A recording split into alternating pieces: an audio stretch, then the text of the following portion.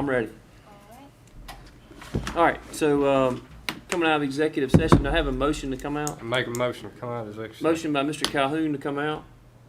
Second by myself. Any further discussion? All in favor say aye. Aye. Any opposed to the like sign.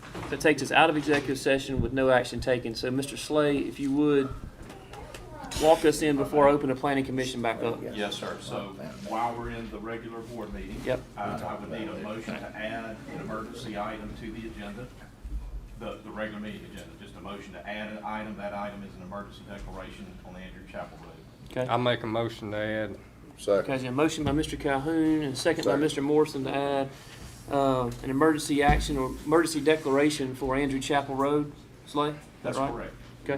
Okay. Any further comments? All in favor say aye. Aye. Any opposed with the like sign. So that was to add it. So now one to approve an emergency declaration for Andrew Chapel I Road. make a motion to approve on. Second. Okay, Mr. Slay, anything else wording on that motion, or are you good? Your motion is pursuant to Title 33, Okay. Section 19 of the Mississippi Code. It's an emergency declaration. You're authorizing the road department or any other county departments to take whatever action may be necessary to render Andrew Chapel passable during this upcoming weather event. Your emergency declaration would be for a period not to exceed 10 days. Is that good enough? So it would be from the moment you make it and will expire with no further action required at the end of the 10-day period.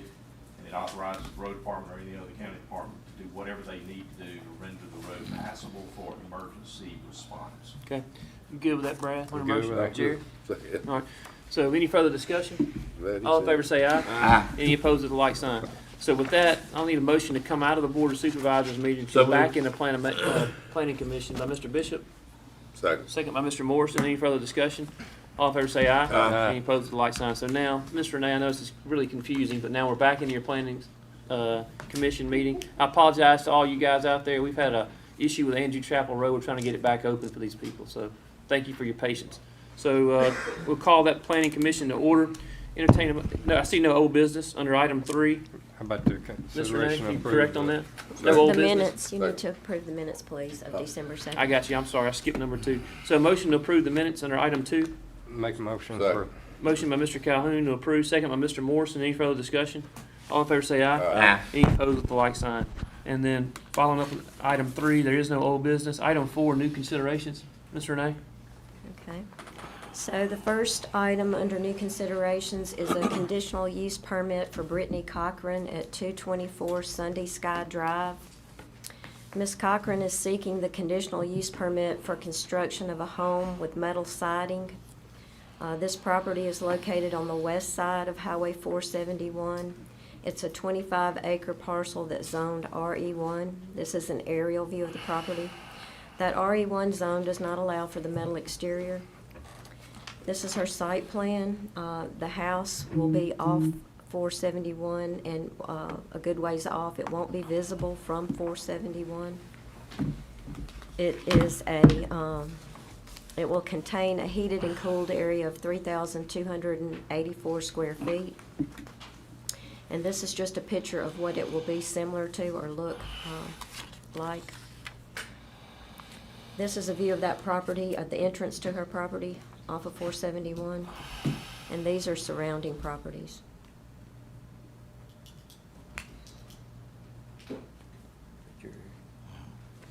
I make a motion. Second. So motion to set the public hearing by Mr. Gaines, second by Mr. Bishop. Any further discussion? All in favor say aye. Aye. Any opposed with the like sign. So public hearing set for Monday, correct? That's Seven. correct. Item number 2. Is zoning text amendments, proposed amendments. So we're proposing to change 2 sections in the zoning ordinance. The first one is just to change a word from medium to moderate in the moderate density residential district. The second section is specific to the Reservoir Community District sign regulations. We want to add C for billboards, and then the 5 things listed under that. Do you want me to read those, or are y'all? Nah. I'm looking up. Billboards accept conditional use in C3. That's correct, in the RCD.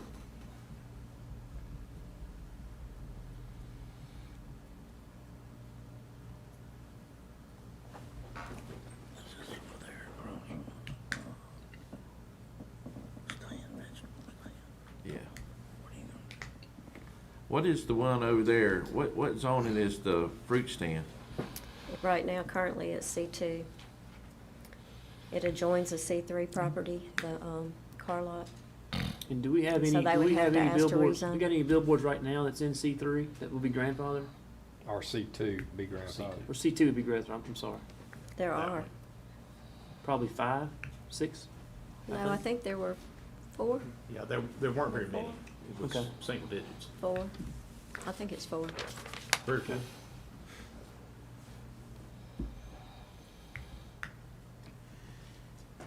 All right, so So- what if a current billboard that's in C2, It won't affect it. It will be able to stay there. It will What be if- grandfathered. even if they change it to say from a, this is gonna be bad wording, but from a wood billboard to a digital backboard, doesn't matter, they can change it out as long as they keep replacing the one that's currently there?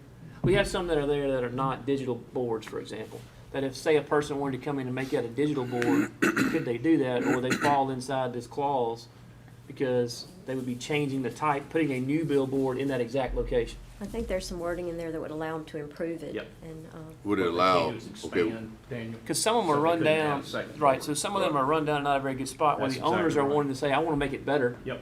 that's already there. that's what I'm That- saying, and would it have to be that owner? well, it What would if they be, sold it? it would be, That's what I'm saying, it would be yeah. grandfathered. The Yeah. use is, it's there, it's Okay. grandfathered, so The it transfer wouldn't matter if ownership it's does not sold. impact the grandfathering. Okay, Okay, The grandfathered use cannot be expanded. right. If it is destroyed to a degree, they lose the right to be there. That's what is important to understand about grandfathering. So you got a board that's there, it's a legal, non-conforming use, i.e. grandfathered. Tornado comes through, wipes it out. No board can go back there until it's rezoned so that it is compliant with our now existing zoning. They would have to meet zoning. Unless the board gave a conditional use, right? C3, Couldn't even do that? it would have to be rezoned to C3, C3. that parcel, and then it could be a conditional use in C3. If it stays C2, there won't be a board there if it gets blown down or destroyed to an extent that it loses its grandfathered status. That- You need to understand that. Current billboard owner sells to party B, the board can stay there. And they can make And upgrades? party B comes in and says, I don't like a wooden board, I want to go to a digital board. The board says, that's not an expanded use, that's actually an improved use, we will allow it, issue a permit. okay, that's what I was questioning. Okay. Hey, Oh, it's not gonna affect me much. I have an objection to this. I've been working with a gentleman trying to get him a billboard up in front of his property. This would take it out, so I'll be opposed to this. This will take it out? Yes, it would. Unless he gets it rezoned. Yeah, he had to rezone his property, Second. but, But I don't know that he can rezone that property to C3. can he? right. Well, it Wouldn't. adjoins a property that is zone C3, and that would fit, be more in line with the fruit stand that's already there. You know, it would fit better into a C3 zone than a C2 anyway. So he can come before the board and ask to be zone C3. Can't remember what his property He is can over ask, there. yes. C2, correct. she just It's told me C2, oh, C2. C2. That is correct. Could he get it would it be a problem getting him rezoned C3? I don't know. Was asking. We frequently do it, Jay, where we have a public hearing on a rezoning first. If that passes, we then move immediately to the conditional use. So it's not like multiple hearings. It can be done on the same hearing day. One's just conditioned on the other. Okay. I mean, I mean, I'm this kinda- really don't matter to me either way. I mean, I'm kind of with Jay on item 1. I'm just kind of, I've got a bunch of questions on item 1 in there. I'm So good we- with 2, 3, 4, 5. We've got a lot of C2 in that area. A lot. That then creates the issue or the specter of allowing or outright allowing potentially in a lot of places. And so it would become, I think, and predict, billboard central. Well, and that's why I think that, the number 2 needs to be changed. The minimum needs to be a lot, Further. yeah, big time. Okay. I'd like to take this under condition and, I think y'all are Bring just it up. setting it for hearing on Monday. oh, are we? All right, well, that'll give me a little time to go look at it anyway. All right. So then we can make some amendments We to it can, then. we can take it down Monday if we need to. All right. Yeah, that's fine. Make a So- motion to set it. So, motion by Mr. Calhoun to set the public hearing. Yes, sir. Second. Second Second by Mr. Morrison. Discussion. My Mr. bad. Slade, go ahead. Yeah, thank you. I just wanted to help y'all understand. If we're gonna make changes to the proposed textual amendments, I think from a technical standpoint, we need to go back through the process and make sure that that's noticed properly. So don't do a So public, set a I public didn't want hearing. y'all to come in here on Monday and say, we want to adopt this, but let's make the following interlineations or revisions.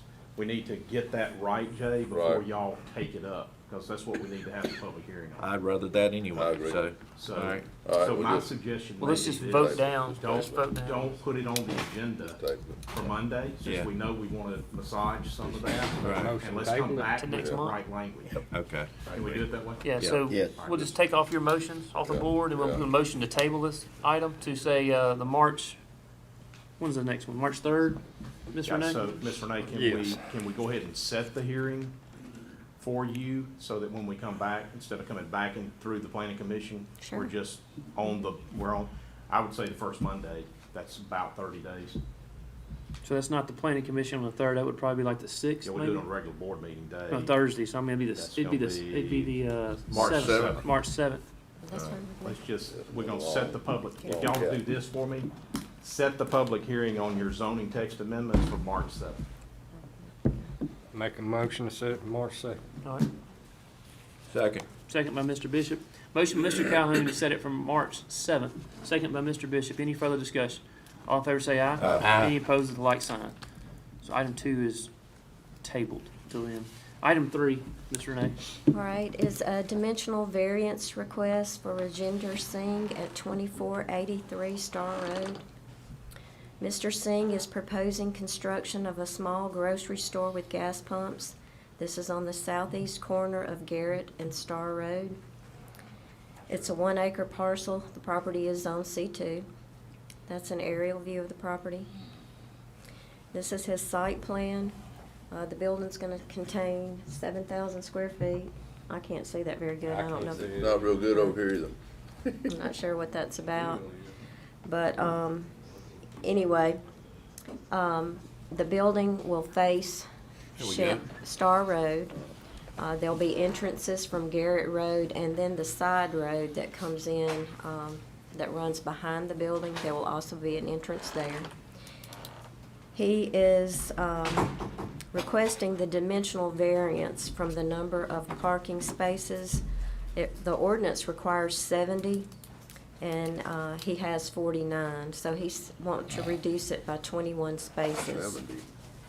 It ain't 70 people. This is the No, it ain't rendering 70 of what the people building coming at will one look time. like. Size of the It's building. gonna be hardy board siding on the front and sides of the building. Under the porch will look like wood, and the rest of the building will be painted red. Is it gonna be just a general store, or you gonna have a restaurant in there too, or? Mr. Singh? We just only, we had like a small kitchen. with the Come fire up to the food mic, and we hear you. Come up here tonight. Yeah. Hey, if you would, just introduce yourself to the board so we Yes, know sir. who you are. Yes, sir. My name is Rajinder Singh, and I'm going to be like to open a convenience store, like a marketplace and fuel, so convenient for the public over there.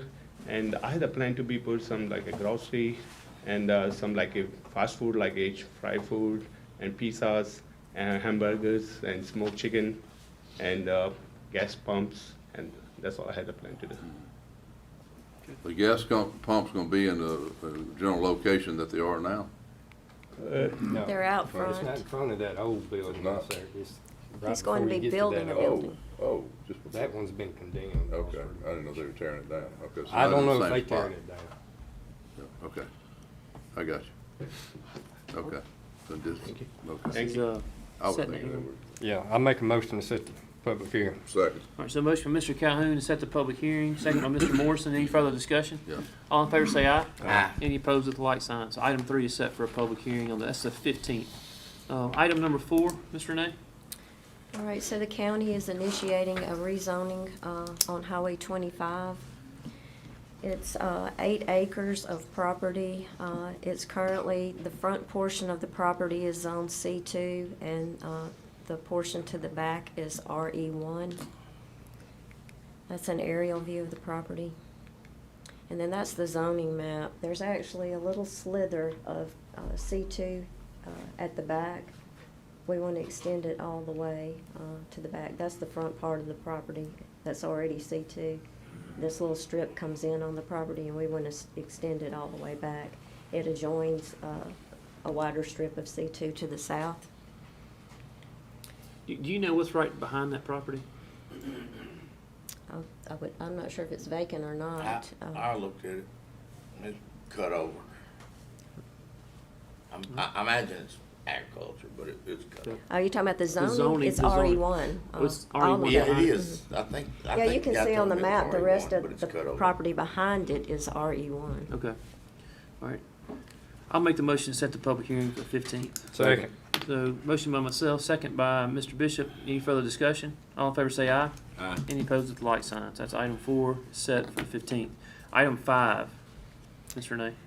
Okay, so if that zoning change is approved, Mr. Dinsmore, James Dinsmore, is seeking a conditional use permit on Highway 25.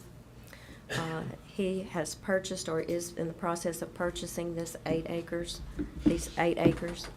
It really had the split zoning there, so it will all go to commercial if it's approved. That's an aerial view again. And then this is a preliminary site plan that he drew because he wants to make sure he can be approved for the use before he gets detailed drawings. And what he's proposing to do is construct an office and a shop for his equipment trailer sales business. I'll go back. So he's going to actually develop the front 5 and keep the back 3 wooded. You can see where he shows his driveway coming in off of 25. He is showing some concrete parking out in front, and the trailers would be parked. He is planning to do a concrete drive or asphalt all the way out to the highway. And then this is a view or a picture of the building. It will be brick on the front and sides all the way back to the office area, but when you get to the bays, then it will be metal. So where are the bays for them to work on trailers, I guess? I He's- think he's paint got- repairs. He's here today if you have any questions. Yeah, I'm and not this sure is if he's almost here. the same follow-up. Doesn't he have the same one at 471 and He 43 does. where it's out there right now? And we'd move that, he's moving that location to this spot here where he has it already out there now. Honestly, it's probably a better location to put it at that point, so. I'll make a motion to set the public hearing. Second. So motion by myself, set the public hearings, second by Mr. Gaines. Any further discussion? All in favor say aye. Aye. Any opposed with the like sign. And for the record, that same side, Gaines and I both have talked to him, met with him, and we think we're on the This- same page. Gaines? He has a thriving business at 43 and 471, but we know that that place is sold and it's been approved for something else. It's just a matter of time that he's gonna be out of soap. And he found this place that's a great location. He wants to work with us. We're talking about brick front, brick sides, back to the bays, off the highway, several hundred feet. We're gonna limit the number of trailers that can be seen from the road. Most of it will be beside or behind, and he's done everything that or he agrees to everything that Daniel or I have thought that to keep Lakeland Drive and Highway 25 a place that other people want to come to. Good deal. Sounds good. All right, item 6, Ms. Renee. Okay, did y'all set that hearing date? We did, we've already voted on it and everything. The next item is a conditional use permit for Thomasville Water Association at 2492 Star Road. They are seeking the conditional use permit to construct an elevated tank, water well, and office building. This property is on the west side of Star Road. It's 3.81 acres and it's zoned A1. That's an aerial view. And this is their site plan. Our pictures are not good today. The building is sitting at the front of the lot along Star Road. The water tank will be in the back. They do have some hard surface parking for ADA out front, and then they show a gravel parking area out along Star Road.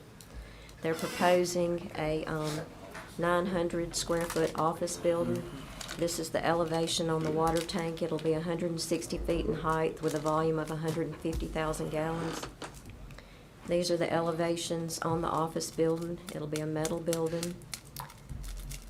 And I then think this we is, can't see none of that, but we We can can see that see one. that. Yeah, yeah, with the that's what previous. it's supposed to look like. And then this is just their Yeah, floor plan. yeah. Wonder if we turn off the light, if it would be better. I don't understand. Is it always this bad? No, I mean, No. normally you can see it a little better. I think y'all did, I think somebody done hacked our projector. Your ink is getting low in your. It's still, you can't see the lines. Yeah. You can buy some more ink, that'd be okay. Thank you. Anyway, this is a view of the property, and then these are adjoining property owners. They're here today if you have any questions for them. We got a lot of questions, we can't see nothing. Exactly. I think Renee is angling for a budget increase, that's all that is. Yeah. She wants new equipment. I'm sorry, all I can say is I'm sorry. I'll do better. I'll So, do better board next wish to time. entertain a motion on Thomasville Water Yeah, Association's you're conditional setting it, use. you're just setting it for a budget. I make a motion, set the hearing. All right, so motion by Mr. Bishop to set the public hearing for the Second. 15th, second by Mr. Morrison. Any further discussion? All in favor say aye. Aye. Any opposed with the like sign. So that passes, set for the 15th. Item number 7, Ms. Renee. All right, the last item is a conditional use permit for Americo Real Estate Company on Heward and Spillway Road. They are seeking the conditional use permit for a climate-controlled storage facility with U-Haul truck and trailer rental. This is a 10.906 acre parcel. It's zone C2. That's an aerial view. So they're proposing 2 buildings. One will be a 3-story, that's shown here. It will contain 90,089 square feet. The second building will be a warehouse that will contain 25,013 square feet. And it's gonna be, on the Heward side next to Renaissance Bank. Both buildings, will have stucco paneling facade with brick trim. Oh, and the site plan, also has, a parking area out along Spillway. Shows 21 spaces, for the U-Haul rentals trucks. So these are, pictures of what the building will look like. This is the 3-story building. And these are the elevations for that building. Both buildings will have a stucco paneling facade with brick trim. And then this is the smaller building out on Heward. And those are the elevations. They're here today also if you have any questions for them. Okay, thank you. These- I want to add one thing to it. I've spoken to the Villos. If you guys would come up just for a second, I'll just, that way I can tell you all directly. Thanks for coming. I appreciate your time. I've spoken to the subdivision or neighborhood that's right there behind you in the villas. They really appreciate your comments. We've sent them pictures and drawings of it all. I appreciate you taking time and explaining to them and showing to them how you're going to be a part of the, I'm going to call it the neighborhood or the community right there. So thank you for doing that. The only issue I have, and this is something I'd like to put out to you, the only slight bit of heartburn I might have would be parking a lot of trailers or U-Haul rentals in the parking area that can be seen from the road, right? So for example, storage of your trailers that you were renting, rentable trailers, I guess would be my term, which would be bad. But I don't really want a lot of those U-Haul rental trucks lined up along Spillway Road in those areas. So that would be my only issue, if you could store them in a different location. I know you've got tree lines that are there going to protect it, and I know you've agreed to go in and help those guys with their retention pond in the back. I really appreciate you guys doing that. That's a great gesture for y'all doing it. But if you could maybe just address just a lot of the trailers or a number of vehicles, or rental vehicles parked in those front spaces. I believe once everybody knows where you're at, they're going to come to you regardless because they know you have them. But if you could just have those in a different location where it's not really visible on your rentable trailers or your vans or whatever you've got, then I'm 100% good with you, and I appreciate your time for doing it. If that would be okay with you guys. Yeah, I think we've They already, do have an area down my right name's Brett here. with U-Haul. Okay. All right. We've moved it back. I think probably what we're gonna have to do is just come to some mutual agreement on that front line area, similar to what Steve was talking about with the trailer company. Yeah, So- that's my main thing. And I don't Yeah. mind you putting one out there, right? Just to Yeah. say that we've got them. Okay. But the main thing is, we put 30,000 cars a day down Spillway Road right there in front of you. They're Absolutely. gonna see your beautiful building. I just want them to be to see the beautiful building and know we've got a really good spot here, and you Okay. guys are there. So if you guys are okay with that, I may Yeah. add that as one condition to the approval. If I can do that, Ms. Renee Slay, if I can do that. Yeah, so this is just to set it for the 15th. Yeah. And we can address. But we'll the add that on the conditions. 15th when we approve it.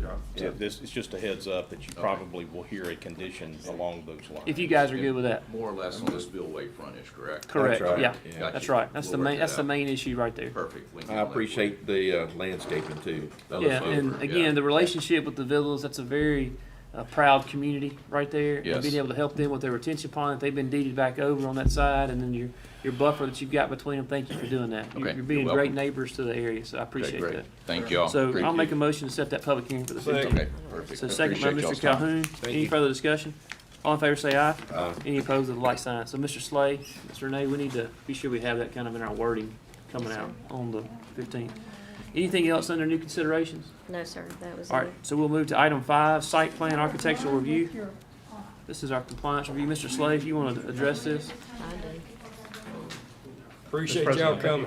Yep. Thank you. Mr. President, I think we've got folks Sure. that are intending to observe Sure. this particular review. This is a compliance review for a site plan architectural review that the board approved several years ago. They want us to go inside.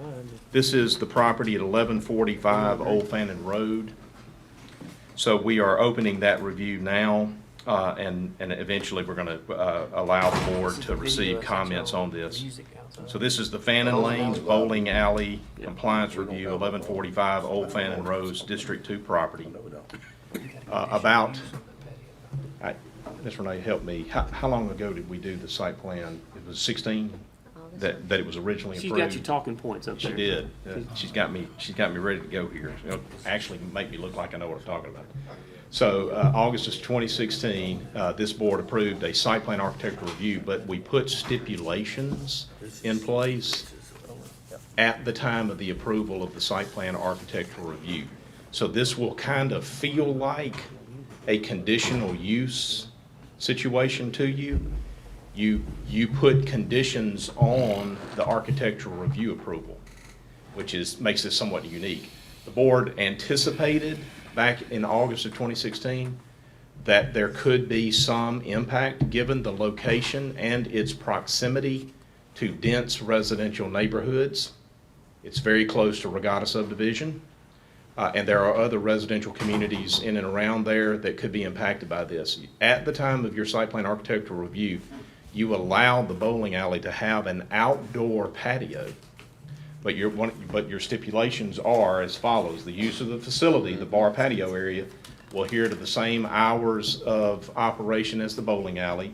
No outside music or band playing.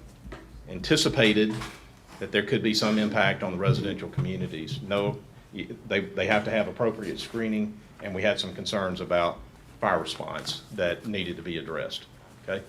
So the reason for this site plan architectural review is because information has been provided to the board through staff and others that suggests that there is not compliance with these stipulations. And so, Mr. President, that's the basic parameters of what we're doing here today. We need to address the violations of the stipulations. Sure. And so now we can go into what are the violations. All right, so one thing I think, Ms. Christopher, if you want to come up and talk, if she's here, so. Good. How are you? Good. I was gonna let you come up and maybe introduce yourself to the board. Some of them may not know you, and just kind of tell us the situation that's going on, what you've been able to see, and kind of, we want your version of what's going on, sure. Sure. Thank you for coming in. Absolutely. Thank you for having me. My name is Maddie Christopher. My husband and I own the bowling center, and we have, since it's opened, this May will actually be 15 years that we've been there. So, we did expand the bar area. We did the outdoor patio. There has been outdoor entertainment with the one or two man band, yes. But since we've been talking and had issues that have been brought to our attention, this has been inside. The bands, the entertainment have been inside the bar area. Since when? I mean, We're going on since, what was, November of Yeah, last so- year? Yeah, so originally in November, we talked, and we wanted to get everything on the inside. And so everything was brought on the inside. There have been issues with the amount of noise that's coming from the bar because our patio doors are open. The music is inside. It's where it's supposed to be. We're keeping volume down. We have security that goes and checks volume, that makes sure that it's turned down. They go and walk around the parking lot. We're doing our best to keep it to where our customers and people in our area that want to come and enjoy live music can do so. You know, they can go indoors at, you know, Mudbugs or BB's or any other place around and enjoy indoor entertainment. And we would like to be able to provide that for our customers as well.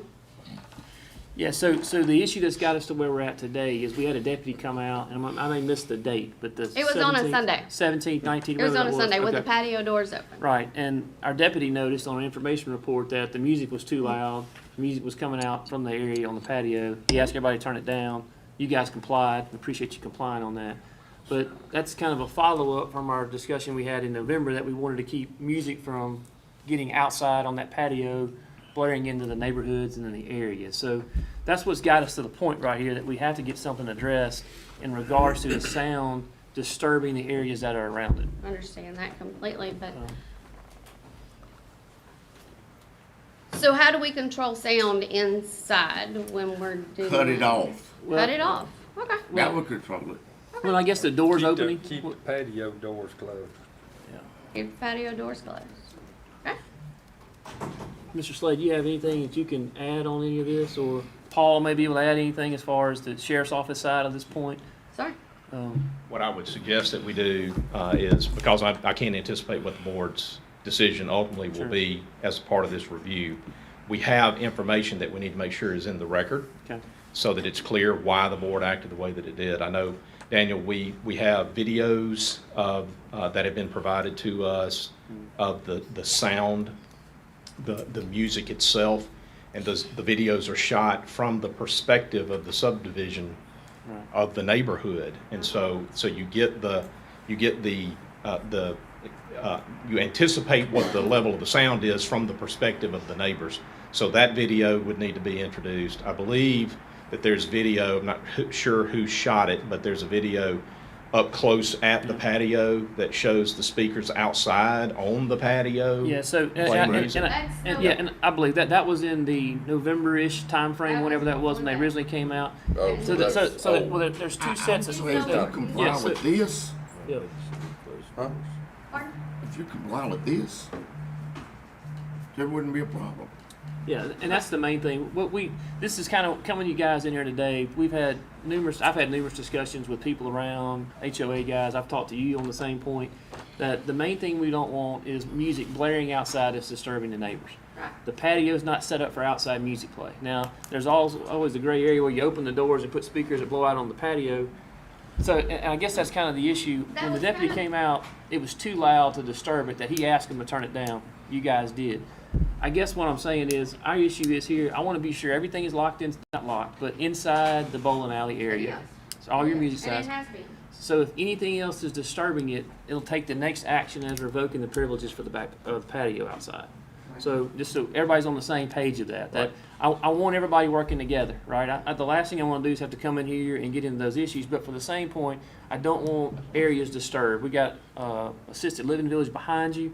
We've got neighborhoods, areas that are there, people living. I want to be able to live peacefully in their back patios, whatever it is. I 100% agree Sure. with that. Absolutely. I don't want my neighbors mad at me. Sure. Well, How did it happen? and I appreciate you coming How in. did it happen? How then? did the We sent, I mean, you can look, I got a video with speakers outside, yes That's that the old one, and- is what she says. tremendous sound. How did that happen if you didn't want it to happen? I understand what you're saying. I completely do.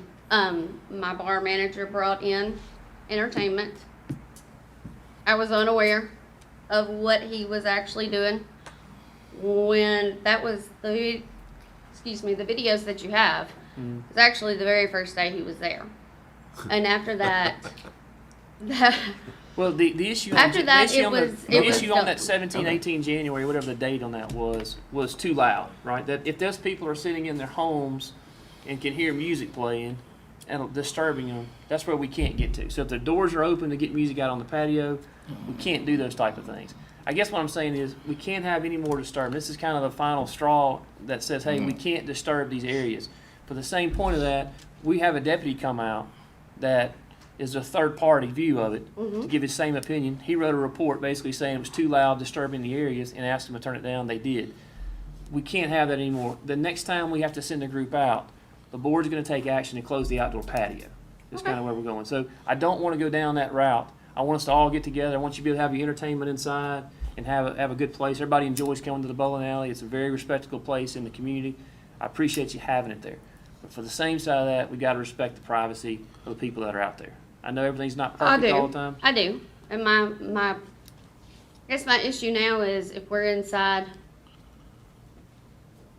how are we gonna be violating? You're not.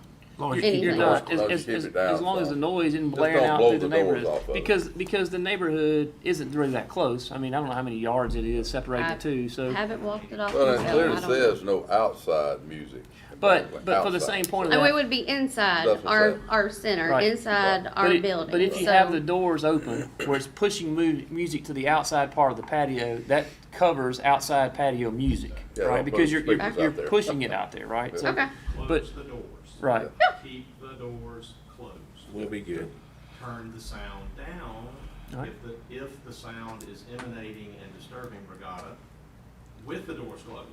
Turn the sound down. Yeah. This is really So- not hard. So, This was not a problem when we came in here to do this. There was gonna be no problem, nothing. There's not gonna be a problem anymore. Well, you're saying now, I promise. what am I gonna do, you know, if it's that, Won't be a problem. Okay. It won't be an Okay. issue.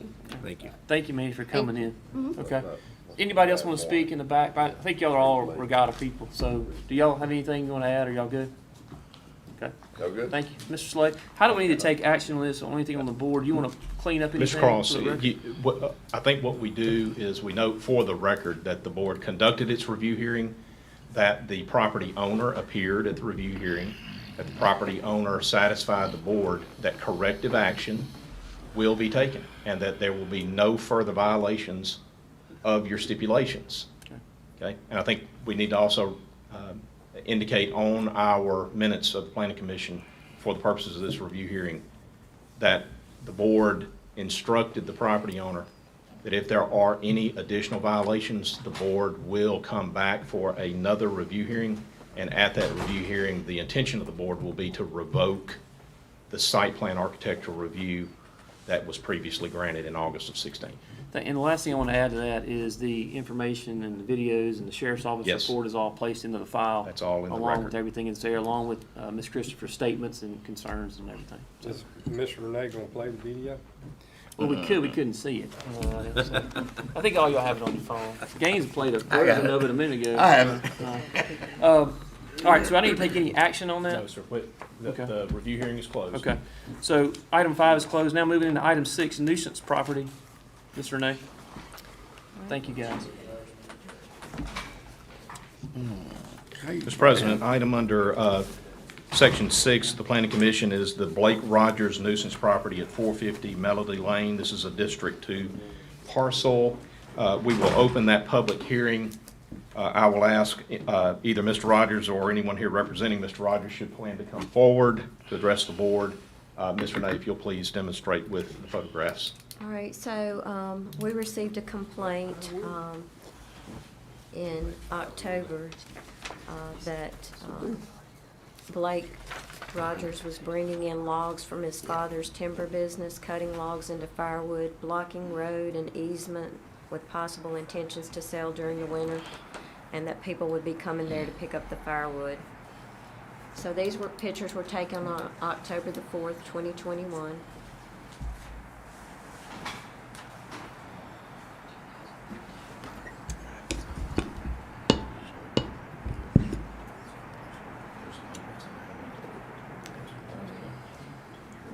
All right, so this is the county mapping, the aerial map. That green dot shows the end of the county maintenance of that road, the public portion. That's a 2020 aerial. This is a little clearer. It's a 2013, but you can see where the pavement stops, hopefully. Where is that? Where does it stop? It stops, Or that black right line. Right there? And where's their property in relation to it? Right here. Right there? That's the address right there, the address point, I believe. Gentlemen, let me start before we ask. Are you Mr. Roberts? Okay, you'll come forward, please. Let me start here. The issue typically here is that we are addressing conditions that are on private property. It's not unusual for us to have folks who have problems maintaining their, we address this constantly. This is a little unique, so I wanted to bring it to the board's attention. This gentleman is actually creating a nuisance on public property. He's stacking the wood, this debris, vegetated debris, he's stacking that on your public road. He's helping himself to our right-of-way. And I dare say that at this point, we have the right to rectify that because it's on our property and assess a lien against Mr. Rogers' property for the cost of remediating that. So he's helping himself to public property with no right to do so whatsoever. And that's before you get to the question of what is the condition of his property. So I wanted to make you aware of that before you, now you may have questions. Live past there? What is this road? He does. That's not a Melody? road. I'm not sure what road. It's a public road, I mean, it's a county road, though. But We maintain the state. but to a point. Where's that point at on that? I mean, It's where the pavement stops. They haven't maintained it in like 2 or 3 years. So that was before the wood was there. They haven't maintained it, so it wasn't a public. The guy that made the complaint, he's my cousin. Well, he's not my cousin. He was married into the family and divorced. So he stays right. If she goes back on the picture, Yeah. he stays like right in front where the land is right here. You can see right there. He stays right here. And His this little land is right there, and the rest of the land is family land right in front of it before it gets in his land. All that right there, and that's my land. And he's the one that called on me because he's mad because he can't. They won't let me come all the way. If you go all the way down that road, it leads to my uncle's house. Where is this at? I don't even know. Oh, this is right off Stoll Road Off Stone Road. in Fannin. Yeah. Yes, sir. That would be if you're going towards Starkville, to the left. Well, Where it's located, you know what Stewart Road is? Yes, sir. Take Stewart Road and go down to Oak Ridge Road, take a right and go in that. Oak Ridge. Yeah, Okay, I don't know where that's at, but go down Oak Ridge and then you turn and come back down the middle of the lane. We own all that property in there. okay. The road run just like the map said, the end. And where he was stacking wood, where the wood is stacked at, is it gravel or is it It asphalt? looks like. it's a road, It's we put the asphalt. road in there. Middle of the lane comes straight, you see it comes straight, dead end. Turn and go back. No, where the wood's stacked, is that road, is that gravel or asphalt? That's a. Chip seal. That's, I think it's gravel. It's gravel, like rock. Chip seal. Okay, so somebody tell me where the public road starts and stops if he's on our public road. Public road, you go Public up. road stops at that little, it's a circle right there. It's a circle right there. That's where it stops. Okay, where's the wood then? You point to where the wood's at. Oh, Oh, the wood's on the Oh. side right Is there. the road going And this along way, the road. Stone Road? Well, they stopped. I told you, they haven't paved, they paved the past years all the way to right here. Uh-huh. They stopped. What's that paving- road? they What's that stopped road right paving- there? This is not my district, so I'm not familiar. Oh, okay, okay. What- Tell me what that road is. The long one, yeah. Melody. Yeah, This is Melody. Melody Lane. It stopped, it and stopped. if you go down Melanie Lane this way, you hit Stone.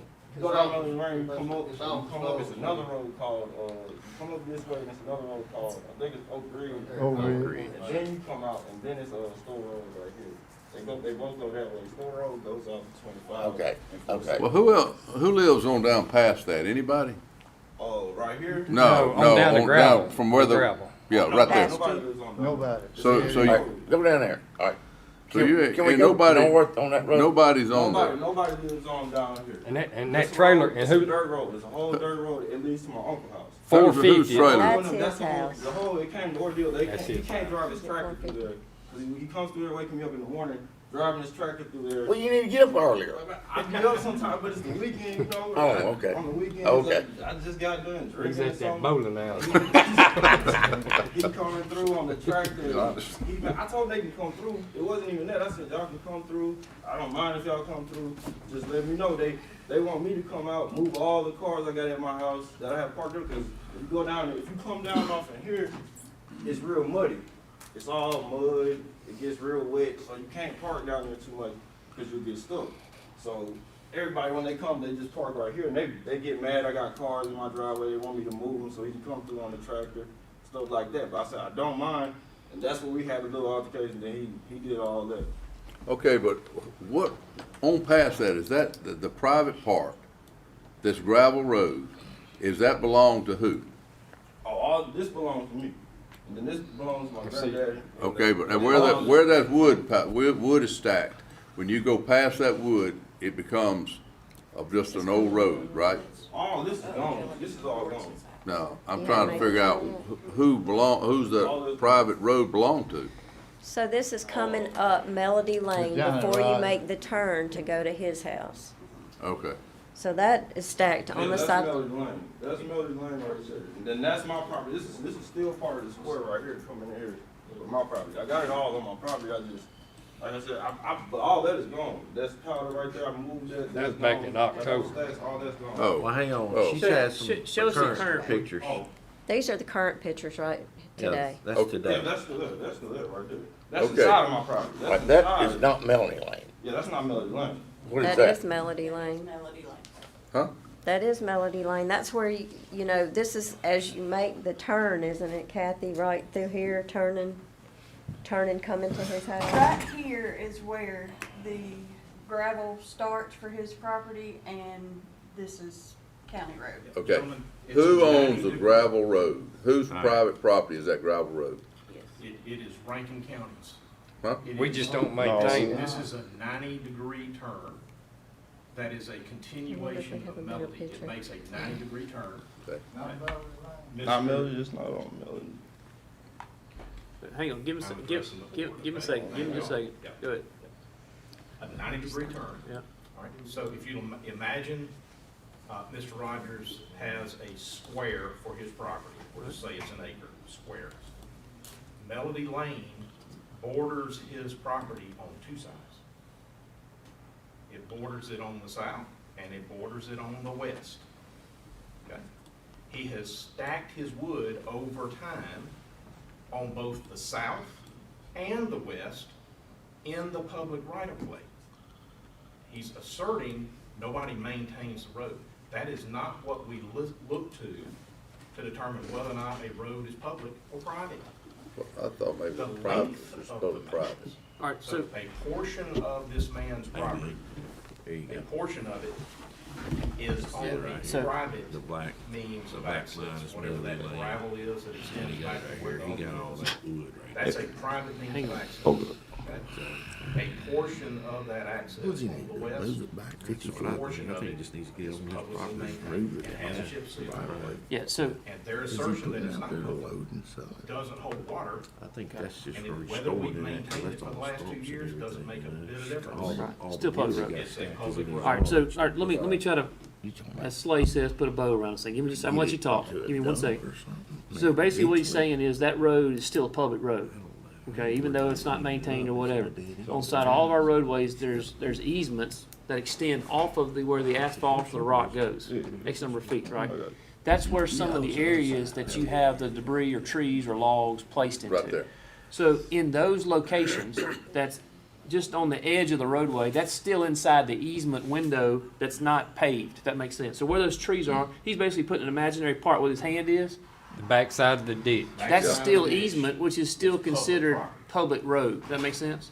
So just where the road stops doesn't mean that's where your property starts. All right, it does, but there's still a county easement area that extends off the road. Let's just make up a number, 8 feet. I got you. You got me? Yeah. So that's where the debris is.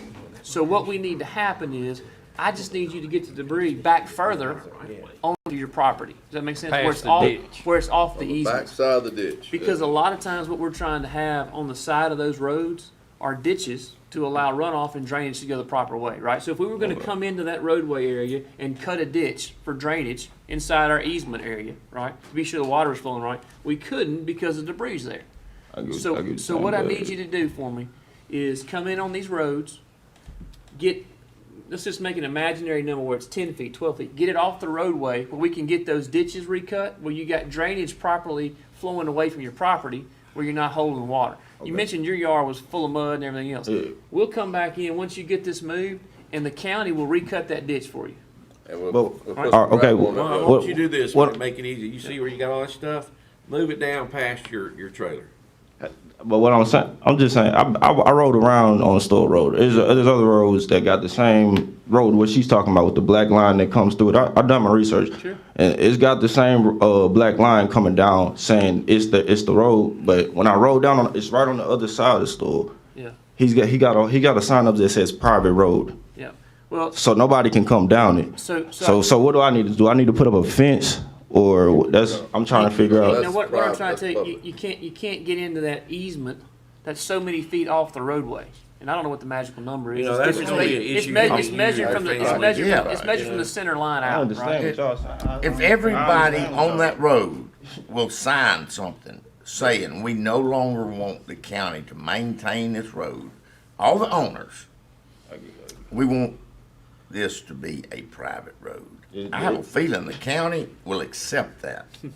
And you can put your name on it. And a gate. Everybody has to agree. Everybody that has Everybody. property though, on that road, if you do that, then I mean, it's all family-owned property. That's what I'm saying. There you That's go. what. We That's what. understand. All I'm saying is you have that easement on the side of the road. So just where the asphalt stops doesn't mean that's where the road line stops. In theory, you could take the asphalt all the way out into the easements if you had to. But that's there for ditches. Okay? It would help you too if you moved that down, if you ever needed What an you ambulance saying? or a fire truck, you know. Exactly Right. Well, you're right what you're saying.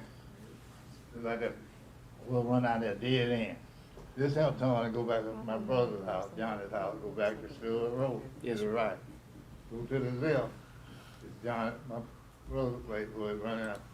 He's talking about going down this road. Right. Go straight down this road. Let's go to his brother's house. Go straight down this road, Okay. and it goes out the store. But Yep. it's not a road. Road. We put the road in there. It's your private property. That's Yeah, the private your side. private So if property. you push that debris back to that area, that's fine. That's Yeah. it's not a public road. But But this Just move area it where the other this side of area your where it's trailer, at, you'll be good to go. You this do stuff whatever where you it's want. at is Y'all can on fight it a out. public road. It ain't what matters, the lane run dead end, it's them coming down off in there. Sure. I was at, next to his property, oh, that's what my brother's property was. Now that y'all have told us that what this really amounts to is kind of almost like a family squabble. Yeah, and that's it's all it is. family- Nobody said anything because everybody has wood in their yard in the neighborhood. Everybody has piles of logs in And their we don't yard, care about everything. that. Mr. You're Rogers, good. But we don't go around looking to get people sideways. We don't. Oh, I know y'all didn't do this. We act on complaints. Yeah, okay? and that we know who it was. We're acting on it. Yeah, So I got one thing that came to light in looking at your situation that made it different, I go back to this, is that you managed to get your debris on a road that belongs to the county. Okay? So we That, can't. he we trying can't to tell you, have he's that. saying it don't belong. So if y'all will move the debris onto your own property outside of our right of way, if you'll do that, we won't address It's home. your family member's complaint against you because y'all live way out in the middle of nowhere. hey, I live further out than them. Hey, Hey, but Nobody's the, bothered by that. Do you see what we're asking? but the option is get your brother to sign a piece of paper saying this is a private drive and you do No, whatever you where want. it comes in, that's where it's his property. That's what I'm saying. It's my granddad's property right there that comes in.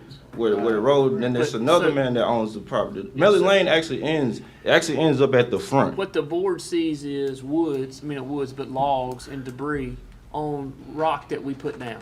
Yeah, I get what You you're see saying, what I'm saying? So but anything that we put down, the only way we can put it down legally is it be county-owned road. No, the guy, I'm telling you, my cousin, he told me he paid to get the road put down right there. That's what I'm telling you. The guy, that's what he told me. So he's telling a lot of lies. He told me he paid to get it paved down there. He told me the property was his. Let me be clear, that is not District 4. Hey, that's 3. That's what he told me. He told me he paid because he paid them to get it paved back a little more. Hey, if he did, I didn't get it, right? So, I guess what I'm saying is, anything that's touching that rock or asphalt, right? You've got to give us that 10-foot buffer off the roadway for the right of way. Oh yeah, I move all that in the front on Melody Lane. The stuff in the front on Melody Lane, I move that back. And you take care of that, and then we'll come back. Let our people come look at it, be sure everybody's good and compliant, and we'll go. All right, run a sale on firewood. It's gonna be cold the next. You better sell it now. Sell it. Oh no, I already got some on some private land. Y'all good? Oh wait, you want to say something? No, that's all. I was coming to say that we Melody Lane runs dead out. Yeah. It ends against my brother's house. And turn right, go back to the road. Turn left, go back down to the other house. Right. And it's a circle is there for it to turn around. Okay. People gonna come down there and pull up. I said they don't even go down my road. They turn around at the turnaround on that picture. Okay. Cause that road, they don't even, like I was saying, the trash man wouldn't even come down the road before the wood was there. The trash man wasn't coming down the road. Yeah. So here's what we're gonna do, Mike. If you don't mind, ride down there and see if it's a county road. What they're talking about. And that way, our road manager will look and see if it's on our maps as an accepted or adopted county road. If it's not a county road, do with what you want to. If he comes back and tells our department that it is a county road, then we got to get the debris off of it. I'll get it off. If y'all tell me it is, Yeah. I'll get it off. So that's what's, Mike, you good with that plan? Just see if it's a county road, check on our maps, be sure, see if it is or not.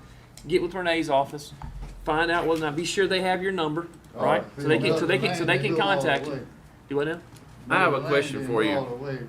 Does Mr. Smith have kids? Oh yeah, he got kids. Okay. So the school bus needs to come turn around? No, down they there? all grown. All his kids are grown. Okay. But when they do turn around, they turn around. They don't even come down all the way there. They turn around. There's a big mud hole right there where the garbage truck has been turning around. The school bus, cause they turn around right there. Come show me over here where they turn around. Cause they've been tearing up the road. Where do they turn around? I see this is your house and there's the end. They turn around right here. His house is In his driveway? They come right here and they bag up in his driveway. Okay. They bag right So up you, in his you driveway. see That's where what this you goes do. right here? That's all part of county road, you know? So that, and it stops right there. If you just take your stuff and move it right down past that, you won't have any issue out Or of it. abandoned. Or we can abandon that portion of the road. But I was saying, you know, eventually, you know, that. I don't, cause random people be coming down my road and, Yeah. and they be just turning. Right. That's why I'd rather just abandon it. Cause Abandon it, Alright. put a gate up. Yeah, That's I'm gonna good. just put a gate up because they be It's your coming down. property. But make sure all, but wait, Steve, make sure he knows everybody got signs. I want Everybody. them to come through, but they got man. I didn't mind them coming through. That's I why get I never put a gate up. But then they started. Then he did all this, brought me down here. So All right, so you understand what we're asking? Oh yeah. Okay, all right, we're good. So be sure that their office has your telephone number. Mike's gonna go check the road, see if it's a county road or not, and then we'll move from there, all right? Now, So, if I'm back here rabbit hunting, Ms. Renee, here's what I'm gonna do. I'm gonna make a motion to table this for 30 days to get Mike's opinion on the road situation. We'll be in contact with you guys and get it straight by that point. So I'll make a motion to table this for 30 days Second. for the great Mike Harrison to go assess it. So second by Mr. Gaines. Any further discussion? All in favor say aye. Aye. Any opposed with the light sign. Thank you guys for y'all. coming in. I appreciate Thank you. Thank y'all. There's some District 2 stuff on there today now. All right, so entertain a motion to adjourn. Next meeting will Make a be motion to the adjourn. 3 Second. March 22 at 9 a.m. So motion by Mr. Calhoun, second by Mr. Morrison. No, I'm sorry, Mr. Gaines. I apologize. Any further discussion? All in favor say aye. Aye. Any opposed with the like sign. So we are adjourned out of the Planning Commission.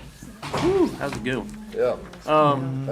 So we'll call the Rankin County Board of Supervisors meeting to order. Anything under public comment, Ms. Janice? Any public comment? Beautiful. Item 6, Mr. Slade, welcome back to the stage. Thank you. Under my section, the first item, this is an interesting situation. We put out a request for qualification for qualified engineering firms, and we called for proposals from any engineering firms that believe they were qualified to help us with our engineering requirements related to our ARPA projects. We received, and by the way, we are looking for 3 qualified engineering firms to assist us with various aspects of the ARPA requirements. So each engineering firm would have specific responsibilities for those specific projects. We received 3 responses. 3. 3. How convenient. So the 3 engineering firms that have responded are Engineering Service. You may be familiar with them. Benchmark Engineering and Wagner Engineering. And so each of those 3 has a specific role to play. Sir? I could probably guess that. Huh? So you really don't need anything other than my statement to you that we needed 3. We received responses from 3. Your selection committee determined that each of the 3 is qualified to provide the services. What I need is a motion, Mr. President, to retain Benchmark Engineering, Engineering Service, and Wagner Engineering, each of those 3, for specific ARPA-related engineering services, and later, at the appropriate time, an engagement document, a contract of some kind, will be presented to the board for authorization to. At such Yeah, time, that we would will be determine fees and. Yeah, at that point, Jay, it's appropriate to discuss exactly how does the arrangement play out as it Right. relates to your funding. All right, Okay? so let me add one thing to that. Back in October, November, it's just all kind of hazy because my hair's turning white and I don't remember the time. We awarded the project on the Mill Creek Phase 1 section of that to Tim's group to be done because they'd already had the drawing set place, we'd already had boots on the ground. That was done then with our goal of plans of getting everything back we needed from the studies so Tim can finish his calculations to get that project moving. Correct. That was all done back in, I'm just gonna say November, it may have been October, I don't remember when it was. The main thing I wanna emphasize, we've already given that project to Tim and them, Phase 1 of that. I need somebody from Wagner's office to get with Tim's group to be sure they have everything they have to go to get this project constructed the right way as far as, Yes. and I'm gonna say built out on paper. That's correct. Built what needs to be done so it can go out to bid. Yes. It's set there since we awarded it whatever month that Last was. year. Yeah, last year sometime. It's set there.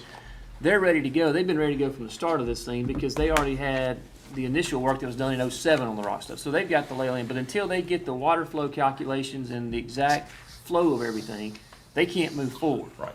Which They- project is this you talking about, So Danny? this is that Mill Creek, the beginning phase of Mill Creek getting shored up that we were gonna spend, I guess we awarded it back in, I don't remember when it was, back in the fall, right? So this begins the Mill Creek phase of the rock.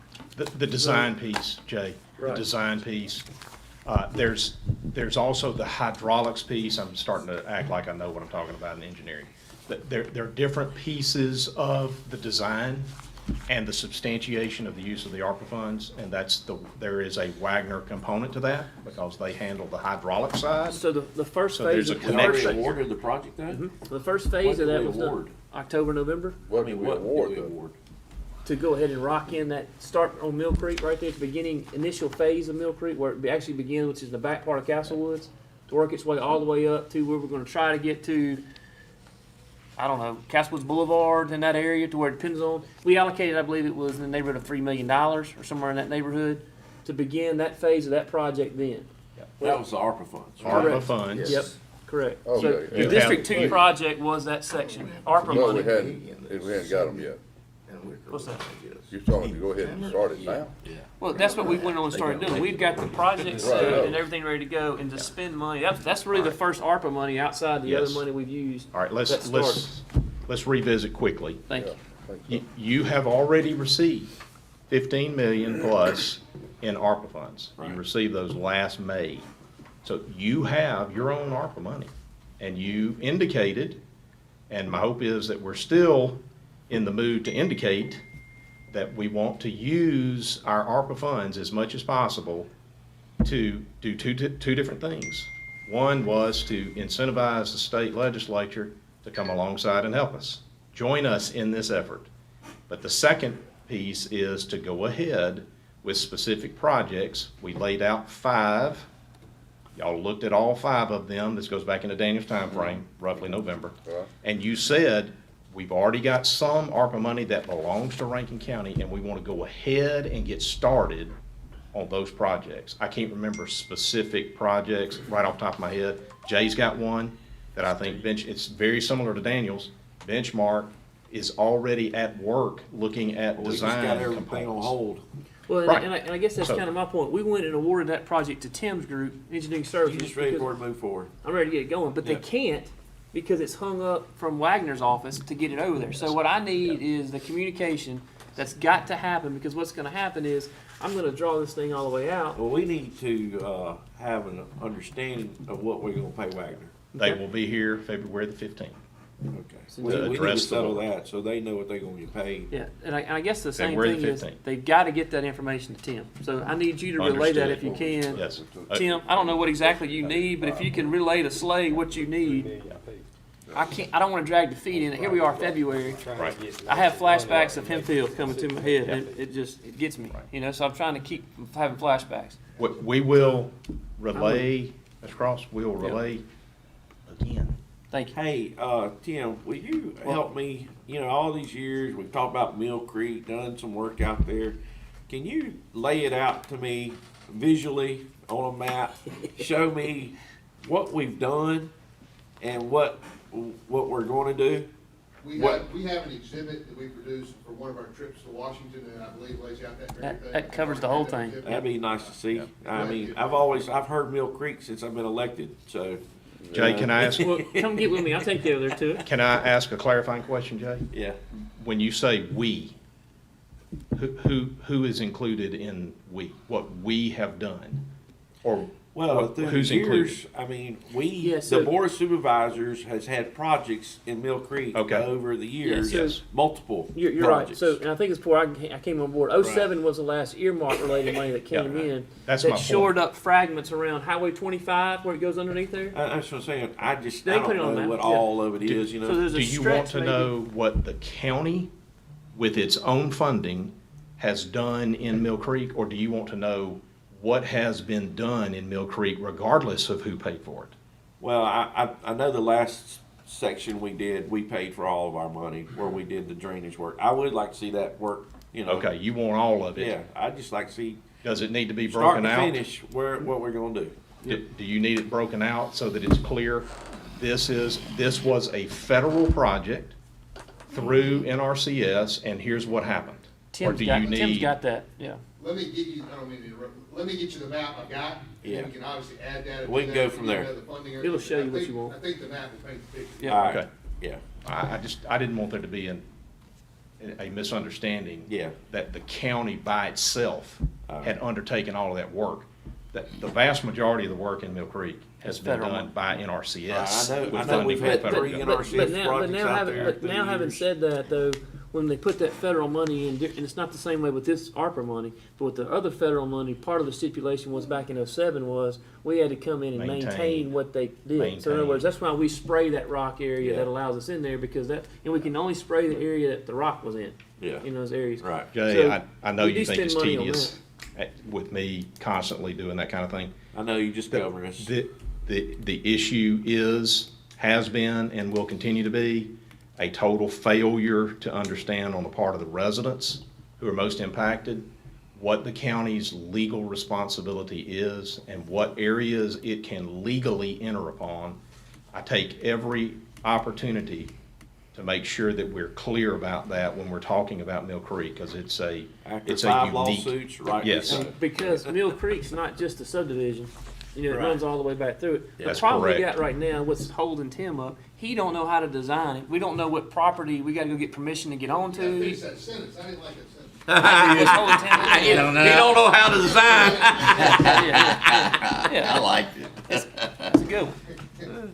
Anyway, we're back in the stall area. I need Yeah. to get it back on it. So I say Well, that to mention, If I can also add this, I know there is, I don't want to use the word concern, maybe that's the right word, but there's that we got a challenge to make sure that we understand with this many professionals involved in the process, Yep. kind of have a good, clear division of responsibility as it relates to all of these projects. That's a work in process.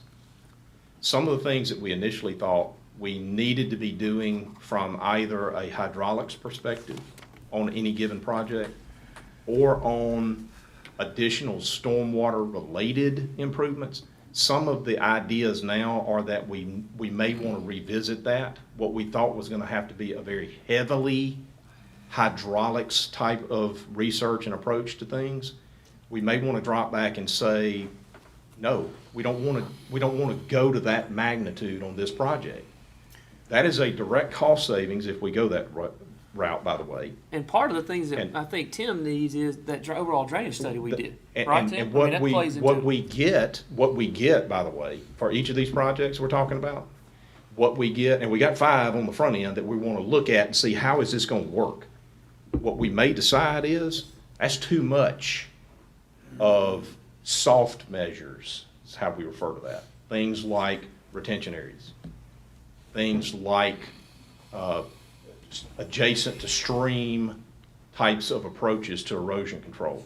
We may want to revisit that whole thing as it relates to the stormwater piece of this, okay?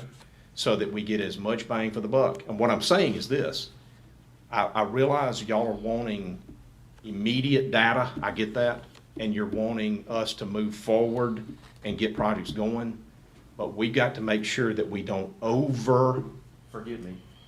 over-engineer this thing to a point where we don't really get any impact. That's what I'm Okay? concerned about. So we're watching that, and we're gonna have to move a little bit slow to make sure we don't just blast out and start down the road of a project and then look back 6 months from now and go, dadgum, I wish we'd known before we started that this project could have been a lot less expensive. Right. You know, so it's, and I go back, I want to clarify one thing too, Daniel. The ARPA part of this deal is this, ironically, it's federal money. And the impact that's going to help Mill Creek will be through the use of federal money. Now, this is unique. They handed it directly to us and said, y'all go spend it and here are your rules, right? So it's a weird deal, but it's still federal dollars that we're going to be able to leverage, use, and use our professionals to get some, I hope, what will be some impressive and helpful outcomes on this thing that makes all of us look like we know what we're doing. But we got to be careful not to. And I guess my main thing is, if it was a November timeframe we awarded it, and now I'm into February, and I don't have the two parties talking together, and Right. there is time constraints on the money, Yes. I need them talking. Yeah. Yeah, you're exactly right. And that not message be received, all- we'll get going on that. All right, so y'all have selected your 3 engineers. I think we voted on that. No, didn't we hadn't voted yet. Oh, okay. We had those discussions. So, got a motion to entertain item number 1. Motion. Item number A, I apologize. So that's a motion to select those 3 engineers? Yes. Second. Motion by Mr. Gaines, second by Mr. Morrison. Any further discussion? All in favor say aye. Aye. Any opposed with the like sign. So item A passes. Just so it's clear in the records too, we said selection. Y'all have selected the 3 engineers. I've told you who they are. We need to, as a part of that motion, if I could get, Mr. President, I don't know who made the motion, but Gaines. Steve, if you'll allow the motion to also reflect authority to retain and enter into contracts with each of these 3 and to set the terms of those engagements. And then you're going to get an opportunity before we formalize that to know exactly what you're agreeing to. That is exactly my motion. All right. Yeah. All right, so motion by Mr. Gaines and Morrison to accept it that way. All in favor say aye. Aye. Any opposed with the like sign. So item A passes, reflecting what you're stating.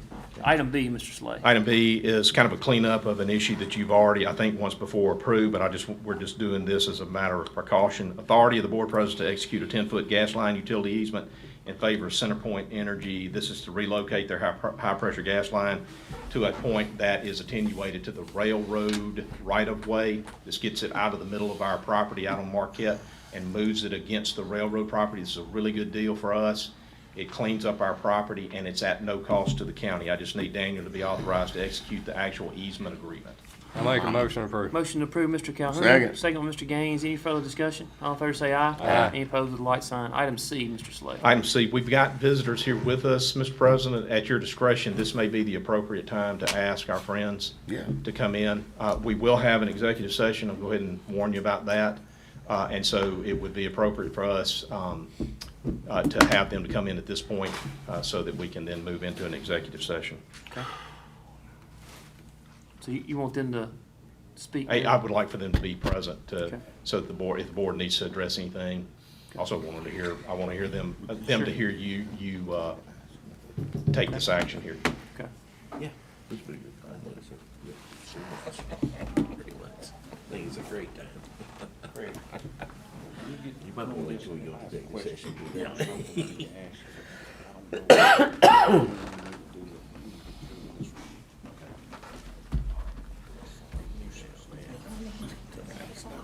Y'all come to the front row. Yeah, absolutely, come on.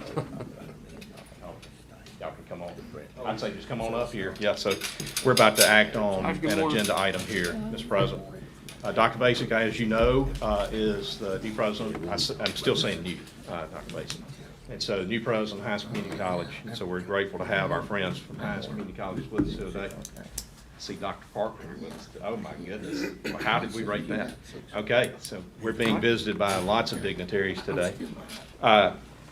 So not to oversell it, item C on your work session agenda today is a consideration of and potential action to approve a joint resolution that is in support of the Hines Community College nursing and allied health programs being relocated to Rankin County. It's an effort that is currently underway. It's kind of in its infant stages, and we're moving that process along. The reason this is a joint resolution is that our friends at Rankin First, our Economic Development Authority, see the benefit of this effort and have asked to be a part of a resolution that would provide support to any legislative process. This will be an indicator that this board and our friends at Rankin First are in support of this relocation, and any effort that we can get and help from the state legislature that would incentivize that to happen. So I'm asking that we have a motion to approve this joint resolution. We have it prepared. It's ready to be executed.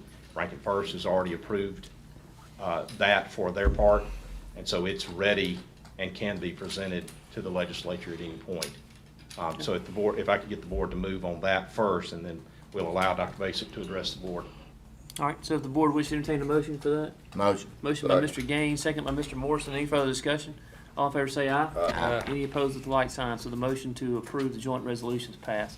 Good morning, Dr. Basic. How are you doing? Well, thank you, Thank you for gentlemen. coming I in. appreciate so much you letting me come, and I know we've had, informally, we've had some conversations over the past year or so, and I don't want to belabor a whole lot of things because I think we've talked about a lot, but I do want to, first of all, allow plenty of time for questions, and we have some information we'd like to also give for you all to look through, not necessarily right now, but to take with you, and you can see more about the project and the feasibility of the project that we've already done our due diligence on all of this. But when I became president, again, new president, about 18 months or so ago, you know, one of the first things I did was I made a tour of all of our campuses and looked around, and I was really trying to especially look at where we have deficiencies, because just like everyone else, we're struggling with enrollment.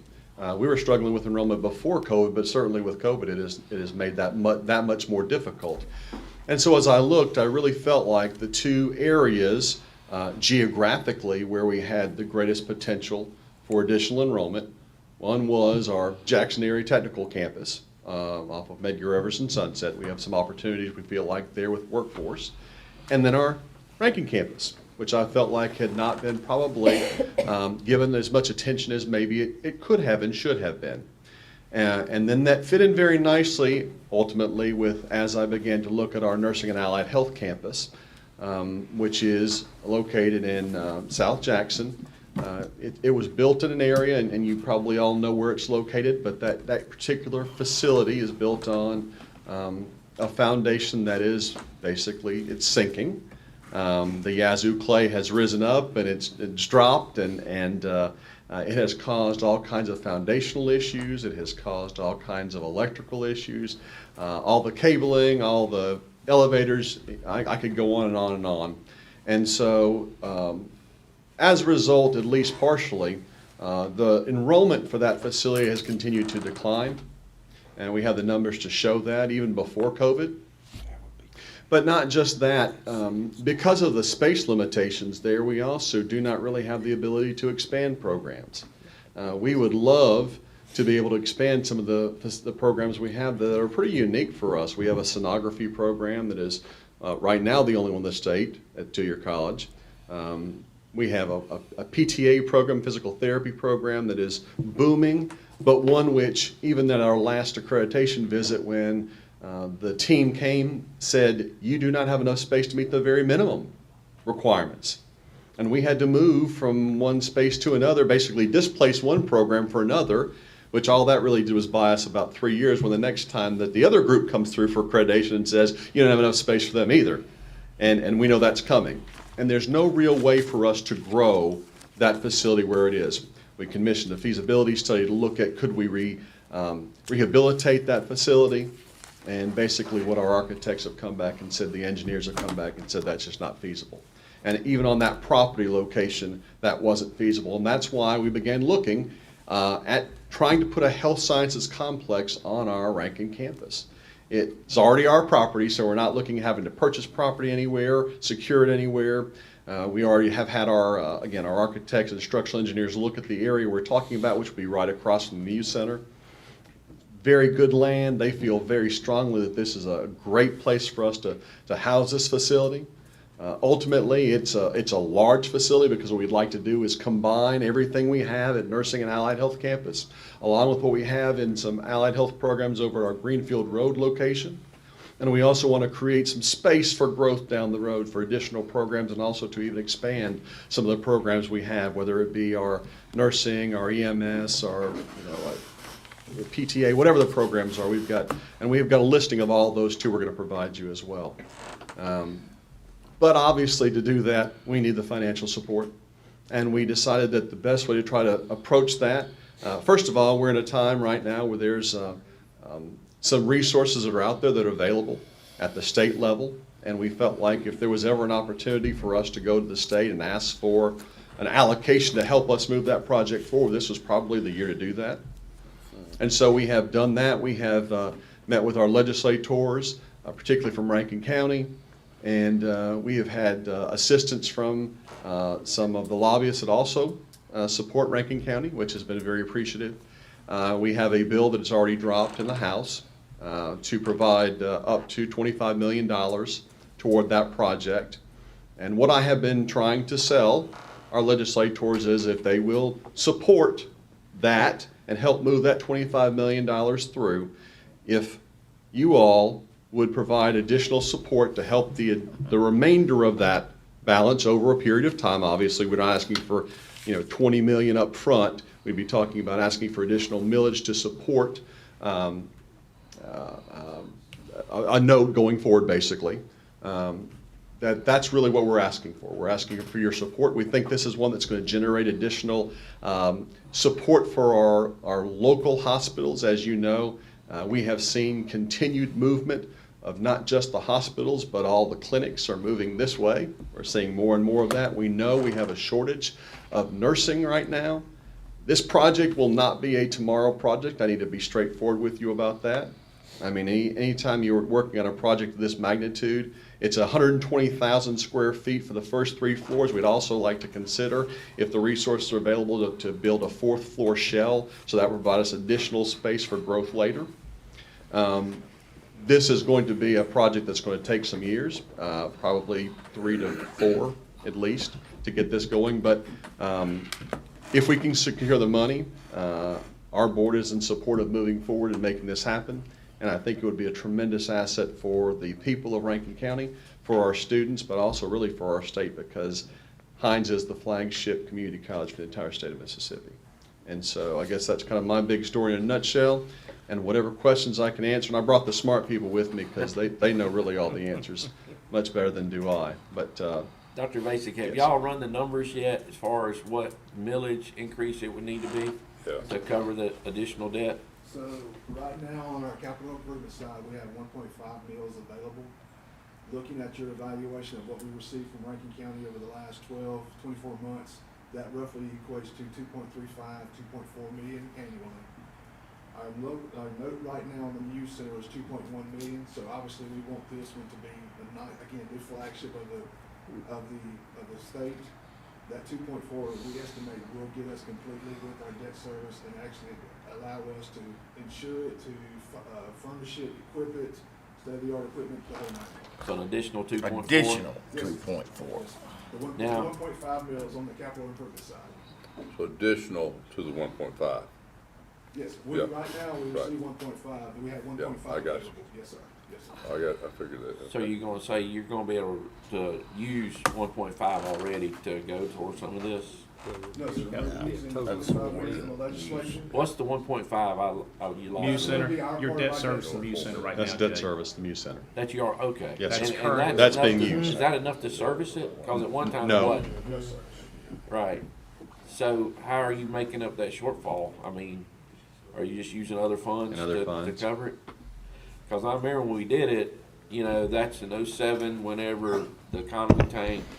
And there was always discussion that we needed to go readdress it and increase the millage to cover it, but Hines always covered the loss or the shortfall, from other resources. So- That's correct. We have been covering that difference. Yeah. How many students do you have on campus in Rankin ballpark? Do you know? And that's a bad question. to ask One I'm question very you asked me, I sorry don't about that. have right before me. Y'all normally push 10,000-ish? both We're, between across in the ballpark? college, we're about 11.5. Okay, In so. Rankin No, no, no, that's Rankin. Hines. Oh, that's Raymond, Hines and across, everything. oh, you're talking about just Just in? Rankin, the Rankin Rankin County. campus, what do you think? I asked Probably Bishop this the other 3,000? day. Yeah, I asked Bishop the 3,500? other day, we didn't know that. Right. I didn't know, I was just guessing, so.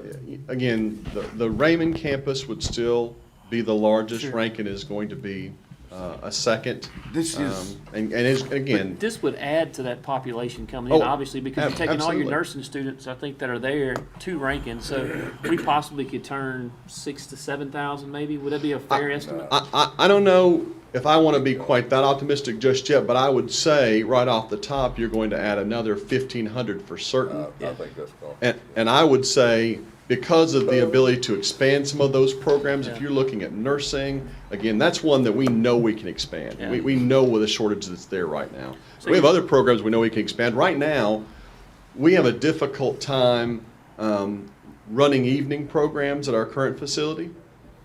I think we would have a better opportunity to run evening programs here, which also provides expansion. Sure. Why do you have a difficult time running the evening program? Because it's over in Jackson. Oh, never mind. I understand. Because I know people that are in line or waiting to be able to, welding or plumbing or whatever here in Rankin. Well, So, he's so this talking would turn about- I know. this would turn our student Alright. value into around maybe 5,000 to 6,000 people Yes. compared to almost double it, really. Yes, ultimately. Yeah. And also, the other thing that it would allow us to do is we would be able to move, we have a small cohort of associate degree nursing students at our Greenfield Road location. That location really was designed to be a career technical facility. It was not really designed to be an allied health facility. We've utilized a good chunk of that, which could then, all those students we moved to the new facility, which opens it up. Now, again, the possibility of increasing some of our CTE programs that we want to do, that would be very, very big for us. There's a lot of efficiencies as well. I mean, we could talk all day about all the efficiencies that would occur as well when you move one campus. Basically, you consolidate, because then you consolidate everything from security and library to your admissions and you name it. All those things can somehow, you get efficiencies ultimately down the road. If I may, Mr. President, just a clarifier, probably address this to Vic. So right now, our millage, assigned millage is 1.5 that goes into the capital improvements segment of y'all's budget, right? And that 1.5 is generating currently somewhere in the neighborhood of about 2.1, and that is utilized exclusively for a part of the debt service of the existing Muse Center, right? Debt service and capital improvements All right. on our Rankin So- campus and our Greenfield Road campus. Okay. It's specifically used for Rankin County. So that 1.5 is spoken for, is the point that we're making. They Yes. have room in the capital improvement section of their budget, I will put it that way, the authority that's there by virtue of the board. They've got room to increase the capital improvements millage receipts from Rankin County up to a total of 3. So you've got an additional 1.5 of millage that could be assigned and would be classified as going into capital improvements. That's what Vic's talking about. You've got the additional 1.5 millage that you I can believe you then now. Okay. levy. And that additional 1.5 at your current appraised values should generate in the neighborhood of about 2.4. And that could be used to debt service the new facility. That's correct. So they need, this is a combination approach. We need the state legislature to dump a pile in to get us going. And we need the county's additional support that they're telling you could be best utilized in the nature of a millage increase for capital improvements. They can they can go borrow the rest of what they need to get going good. And I heard, actually put fixtures and equipment in the facility. Like, actually make it work. But they're gonna need additional support to do that, and that would be through a debt service with a millage increase. I know that Dell Architects came up with a cost estimate. How good do we feel about that number, you know? What is that number? It was 55 million, I believe. It's 44.8. Yeah, it's on the back page of this presentation. And that includes the fourth floor shell, which again would be, as we looked moving forward, that would be one of those negotiating kinds of things, and we would like to have that because I would like that ability to have that additional growth space. And again, not just for the college, but potentially for the county as well. But that would be, again, sort of if we found out we couldn't do that, the first 3 floors would be So where did I absolutely. get 50 from? Well, we had also talked about another project on that campus. Yeah. That at some point in time, we would like to move forward with that, but I'm on Sports the. side, Sir? the sports side. It would be the wellness complex / volleyball, which we would like to see happen too down the road. But this is too important for us to get bogged down on the other things, and I want to make sure we move forward with this. The way sports is going in colleges, I don't even see it. Okay. Well, Do you feel good with your legislative representation of the original 25 million? Certainly all the feedback we've been getting has been positive, with a few exceptions. Tell me, because I'm gonna get asked this. Sure. Why are we outgrowing our existing spaces, and if enrollment is steadily declining? How does that happen? I think it's in specific programming. I think you have to look at what programming you're talking about. What you and were it's talking- also what locations you were too. talking about. And it's locations as well. Okay. You know, certain campuses. I understand that. Certain campuses have declined. Other campuses, the Rankin campus has not declined. It has not. It has not declined. I want this here, don't get me wrong. I want it here, and I want it pristine. You know, I'd like to put a University of University of Rankin branch. That's what we want. But I am gonna have to answer some questions. Sure. You know. the problem we have is our campus currently that we have with nursing students here is maxed out. But the only other option that students have from Rankin County is to go over to Holmes Raymond County. Road. Yep, over to- there, To yep. Raymond Road to go to school, and I'll just be honest, it's Yeah, not but it's not a good situation. The buildings are in deplorable shape, even though y'all have tried to keep it up. And that's why seeing the decline, that's why we're seeing other students start to go to Holmes, route rather than staying here. Can So- we have, this is just unique for nursing school. We're not, like we have a need, It's all allied health. It's a health sciences complex. our, say, the guys that ride on fire truck, medics and stuff like that. Which would be a shorter term, I'm sure, course, but you can, I'm just suggest, that kind of thing would help us a lot. Oh, that's certainly part of this facility. That and law enforcement, where the sheriff could send a certain number of people there. A lot of times whenever they show up, they may be there well before you can get people from an ambulance or whatever, and have them go through a certification. That's possible, huh? I think there are lots of possibilities. Our Again, nursing One of the and our things- safety and security One would of be the two things things I'll that I would. speak in that you've got a great hire. Your medical guy, Andrew, over in your medical department is outstanding. The guy that does all their EMT schools and their paramedic programs and stuff there and the advanced EMT stuff. I think Grantham will echo that issue that Andrew's phenomenal. You got the right guy in that position, and giving him the flexibility to adapt and adjust as he does now. He does a good job of getting into Rankin County fire departments and making things accessible. I know one of the things the other day, I know Grantham mentioned to me this morning, he came in, was trying to reached out additional fire departments in Rankin County, trying to get more people in their EMT school, trying to find different ways to adjust that. He made those calls. He's doing the right things there, so I feel really confident having, he's being very transparent and getting into the fire departments, which is what we need to do. So he's doing those type of things on the medical side, but. And we've tried to be Yeah. very responsive. I mean, we have worked toward this advanced EMT, and I don't know all that how that certification works, but it's really unique. Sure. I mean, it's something that's been asked for and needed. He's gone through, and I remember we spoke about it 6 months ago about a critical care situation. He's developed that program. He's got that available. He's doing the right things to get that moving, and I think that's going to open those doors. Having him over here I'm allows for for it. more service. So. I think what the reason why they came for us today, they're running roadblocks at the legislature. They need it's one thing for us to say we're gonna do it, but they need a commitment out of us that we're gonna be willing to put the millage on to service the debt. Who wants to jump out there? I make a motion, we do it. Well, I do have a question.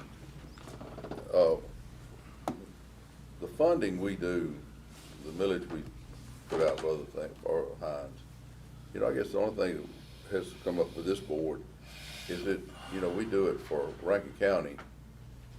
And knowing, and you've addressed it some, knowing where some of this money goes over to the other campuses.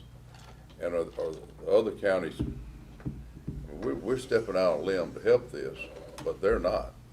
So is this same thing gonna help all the other counties that send people over here for nursing? I think it certainly can, and you'll notice on one of the pieces of literature that you were given, it'll show you all the counties that are represented at the Nursing Allied Health Campus. I mean, it is more than just Rankin, obviously, or even Hines. I mean, it's a lot of counties that are involved. So I think that's probably true, and I'm the president of Hines Community College. Right. And so I'm trying to look out for the totality of all the college, because if the whole college doesn't exist, then one campus doesn't exist. And what I've learned over the years, because, this question has come up for me not just here, but it's come up for me in Kentucky and Kansas as well. A particular county says, we give the money, we want our money spent right here, and I understand that. I get that. But there are times when, for instance, when the 2.1 isn't covering the debt on the Muse Center, that has to come from someplace else. I have to go and find it. And so it comes from another place, another pot. But if we weren't putting more than our fair share into Hines elsewhere, it would pay for more than the Muse Center.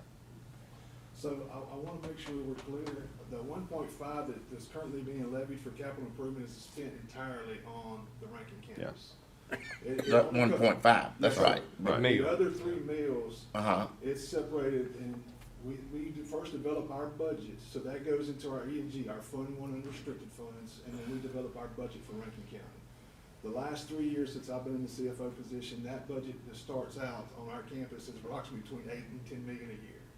So automatically, those funds, we're spending more on this campus than we're receiving from the county at this point. So we're certainly putting additional in, certainly putting our share in, but you're exactly right. We have student services here, we have those other services that may be used throughout the entire district. Yeah. But we do start that off here with that budget.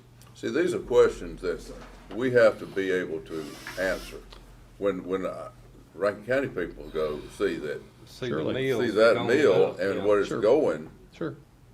And we are the ones, we, the constituents, and us, are stepping out on the limb to help this, to make this happen. I agree, but it's gonna happen, and it's gonna help everybody else around.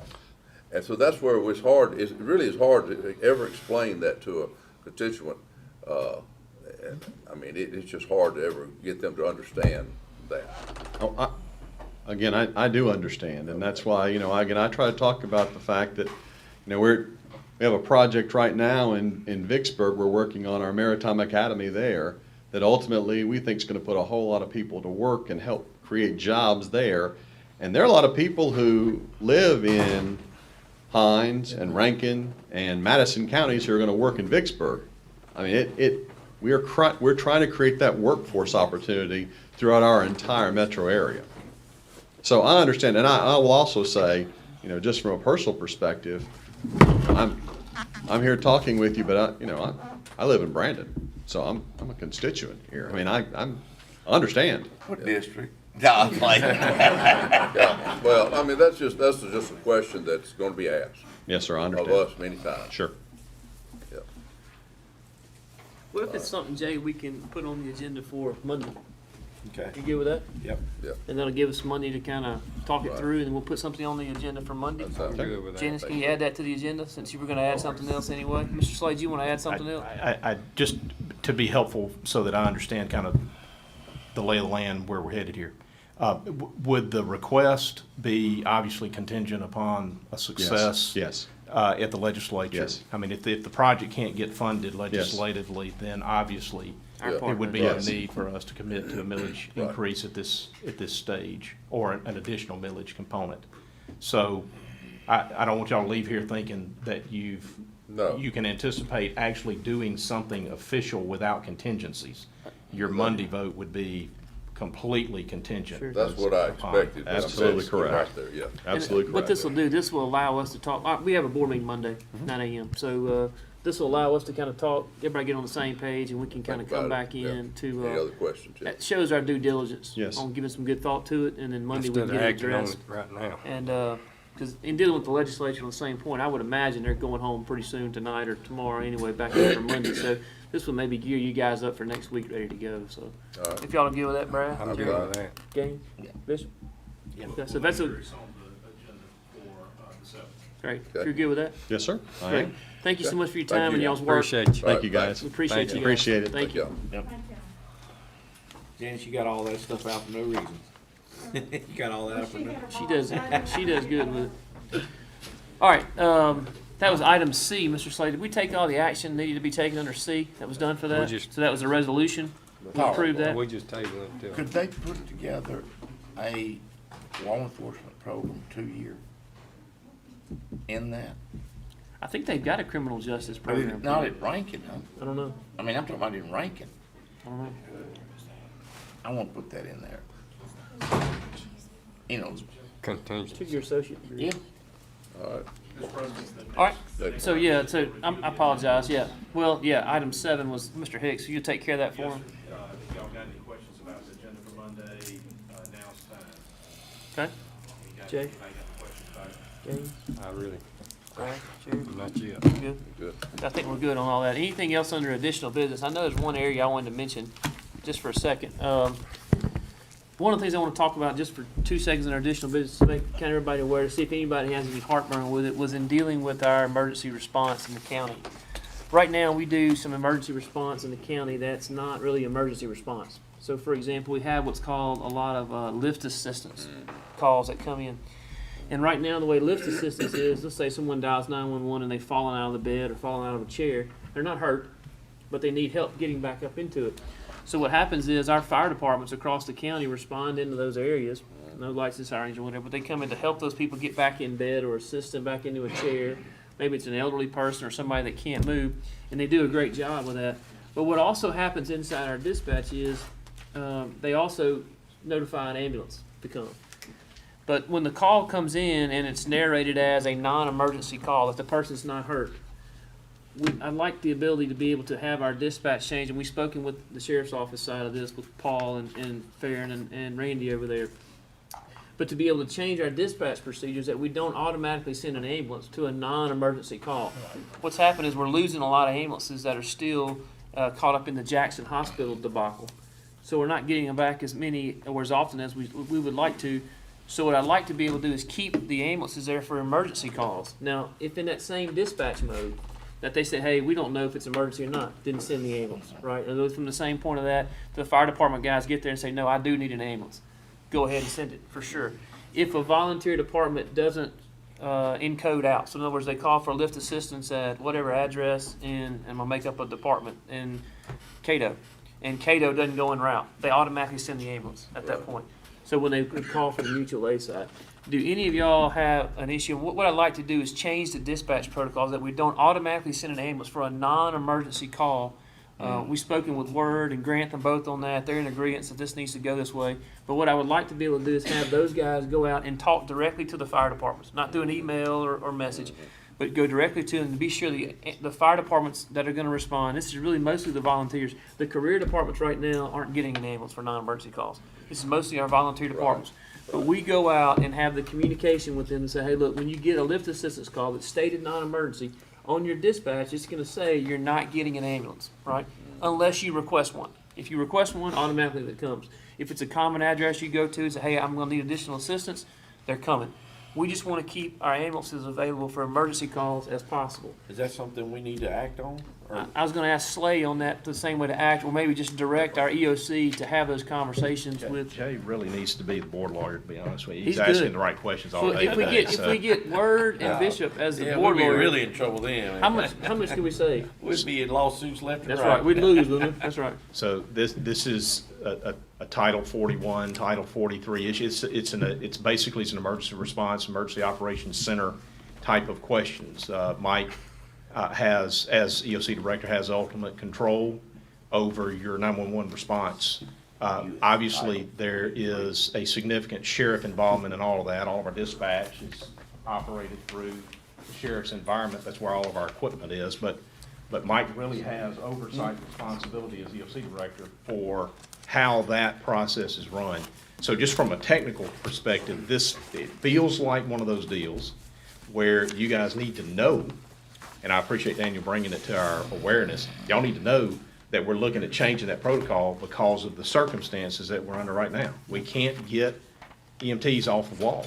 Pafford can't get buses turned around because they're sitting there waiting on St. D, Baptist, UMC to get a nurse, to get an RN qualified, stood up so we can hand that patient off. And the big issue, not to interrupt Slay per se, but the big issue is they're still going to find a way to get there if it's an emergency in nature. So if you can imagine how the 911 call comes in, that it comes in directly and says, hey, I'm falling, I need some help getting up. One of the dispatch questions is going to be, is anyone hurt or is it just a lift assist? Most of the time they will tell you that this is no one's hurt. We just need help back up. Last year in Rankin County, we were between 500 and 600 non-emergency calls that we dispatched an ambulance to. Yep. So that's 500 ambulances that we sent to a call that was non-emergency that took away from a possible emergency call that they could respond to. The reservoir, I'll speak to that just for a second.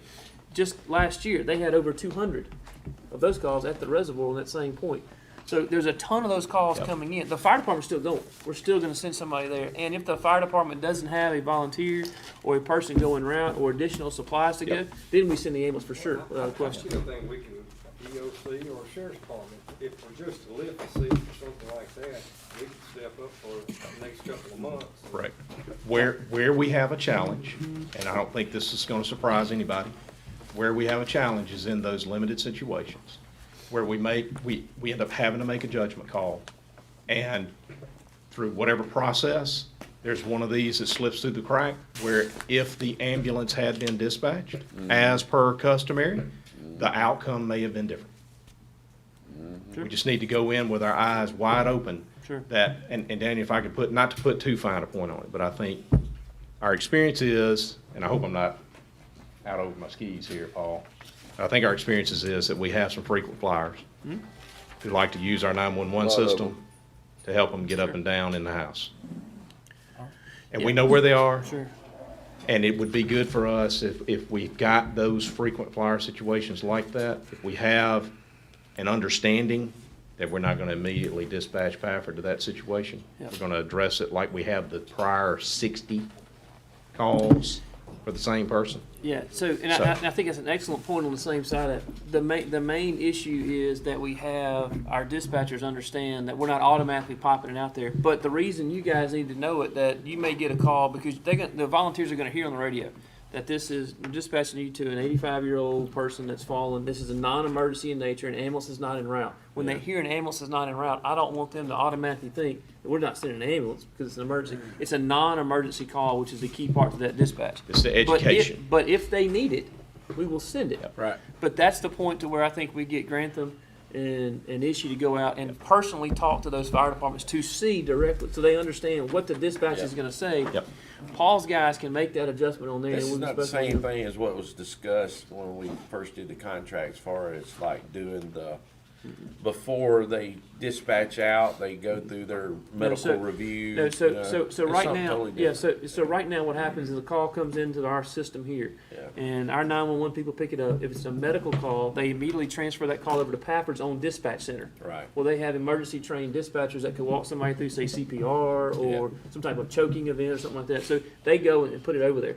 Well, they're automatically going to send it. What our guys would do on the initial dispatch is we would filter it and say, is this an emergency or is it not? Basically, we want to just send our ambulances right now on emergency calls and not the non-emergency. Correct. Right. And it's an issue visited upon us by the virus response. Gotcha. Okay? We are inundated with response calls and no buses because they're waiting at the hospitals. Can we train the dispatchers to ask, do you need an ambulance? Yeah, Yes. so I don't Yes. know exactly how that's handled. And 100% they can. So inside that same protocol, when they take the 911 call that's going to come through, they'll be able to say, is someone hurt? Do you need an ambulance? They'll ask that question. If they say no, I just need some help picking so-and-so up to put her back in the bed, then that's Bam. just when the fire department goes out. Yeah, or if they say, I don't know. Ambulance coming. I don't 100%. know. Yep. We are firm, the reason we're talking about this is, and the reason why Daniel and Mike didn't just put their heads together and say, why don't we go in this direction, is that this becomes a gray area issue for us.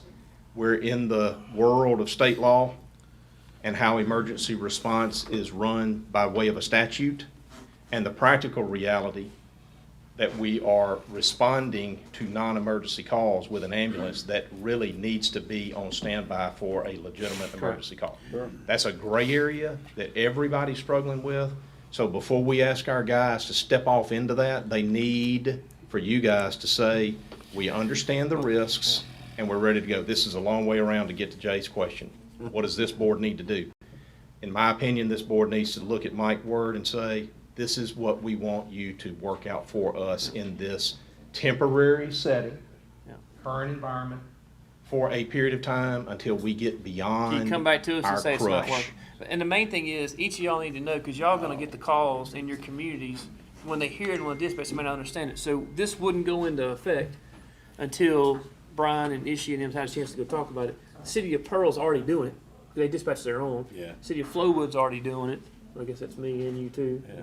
So the reservoir's going to start doing it on the same point of that. They type a pile of them on that. They've had 4 in the last week, right on the same side. I'd like to get some feedback from them, but I think they'll go along with it. Right. That'll help us for sure. So if you're okay with our EOC going to have those discussions to see if they're good with it. Uh-oh. They got him on the clock. He'll On never the make clock. it. Mr. President, I think I may can alleviate some of your potential heartburn. Mr. Gaines, you posed a question. Rankin County does not utilize EMDs. That's emergency medical dispatchers. That's another aspect of training that communications officers go through. Rankin County has chosen to never go down that road. However, Pafford, who we transfer our calls to, they are emergency medical dispatchers. Those are the ones that they got a screen in front of them. Whatever your complaint is, they go through and they can type it in and they can actually begin doing pre-arrival care on the phone. So that's how they prioritize that, is through that emergency medical dispatch software program. We don't use that in Rankin because we transfer over to Pafford.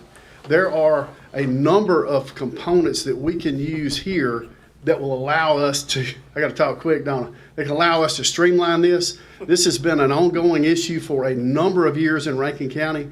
It was one of the things that I jumped on when I first started here, and fortunately, it's now being able to be addressed. Mark Farron has done an absolutely great job of working with us on these calls and departments, and I think that between myself and Mr. Grantham, Mr. Ishii and Mr. Farron, that we can get together and really streamline this issue and stop a lot of these instances where we're actually tying up an ALS ambulance when it's really not needed to. When they call and say, hey, I just need some help. My dad rolled out of the bed. I physically can't pick him up. I don't want an ambulance. I just need some help getting him up.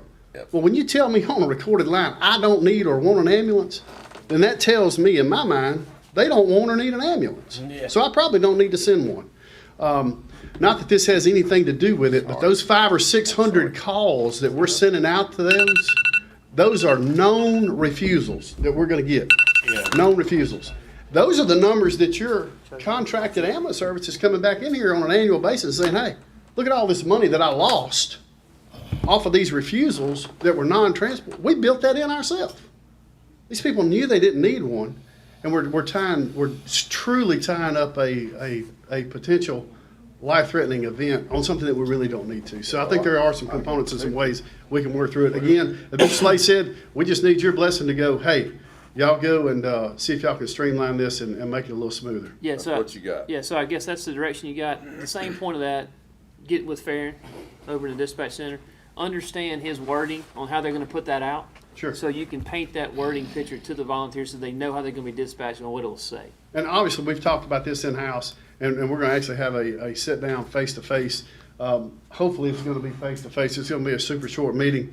We could Zoom it, but it may be better to go face-to-face with our fire chiefs across the county, and just to let them know that here's the story. When you guys hear this And look, come across the radio. It could be on their monthly meeting night So. where you got all the department in there. That could be the time when you pop in, you get everybody. I think that would be the best. Yeah. So. Because they're all going to be there and they're all here, here. And they right. don't have to worry about the translation. All right. All right, everybody good with that plan? All right, good. Anything else under additional business? Anything? No, we can jump Good. here So, for anything on executive, they're meeting afterwards. Oh. Afterwards. Anything executive session, Mr. Slay? All right, so we got one item for litigation so I entertain make a a motion motion for to discuss the executive need to session. go executive session. So a motion to discuss the need for executive session and litigation from Mr. Bishop. Second. Second by Mr. Calhoun. Any further discussion? All in favor say aye. Any opposed with a like sign.